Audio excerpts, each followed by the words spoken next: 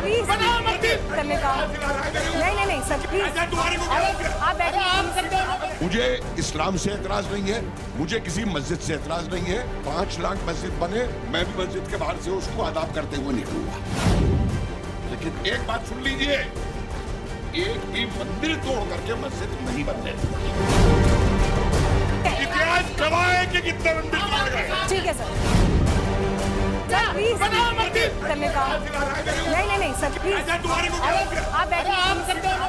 आपके हिंदू भाई आपके पास आते हैं, ठीक है, और वो आपसे कहते हैं कि जिन प्रभु श्री राम पर उनकी आस्था है, जो उनके आराध्य हैं, जो उनकी आराधना के केंद्र में हैं, उनके वो प्रभु श्री राम वहां पैदा हुए हैं। ये अयोध्या का महत्व उनके लिए है। ईश्वर तो जहां पैदा हुए हैं, उनकी मान्यता के हिसाब से वो जगह तो नहीं बदल सकती।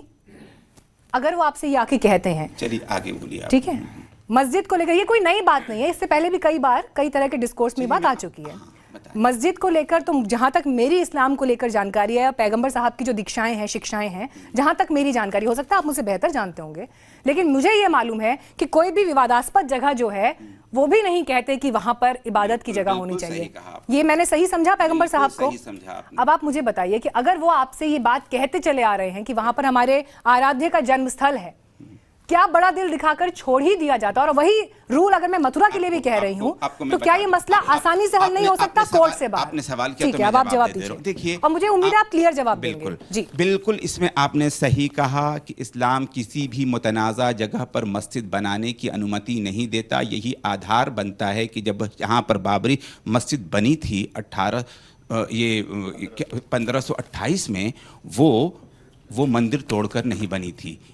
अब बुनियादी सवाल जो आपका है कि जो जन्म स्थली है, आप यकीन जानिए, मैं भी गया हूं वहां पर और मैं जानता हूं, वहां पर जाकर आप पता करेंगे तो राम जन्मभूमि के हवाले से सिर्फ उसी जगह को तो बहुत बाद में कहा गया है, उसके अलावा 12 जगहों को निश्चित किया गया कि यहां पैदा हुए, यहां पैदा हुए, यहां पैदा। और आगे की मैं बात कर रहा हूं, मैं कह रहा हूं कि रामचरितमानस बाबर के बाद अकबर के जमाने में किसने लिखा?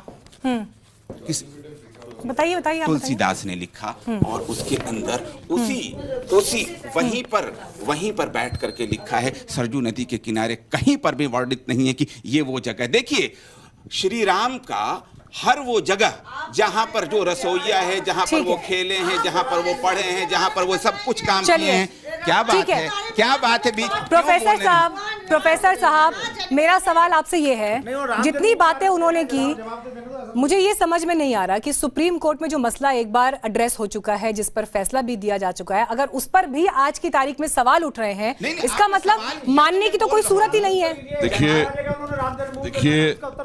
देखिए ऐसा है, मैं इन बहसों में पढ़ना इसलिए नहीं चाहता कि मैं चाहूंगा कि जो लोग इस पे बहस कर रहे हैं हमसे, बाबरनामा पढ़ दें। बाबरनामा में वो क्या कहता है कि मैंने इस्लाम की खातिर अपने को वांडरर होना स्वीकार किया।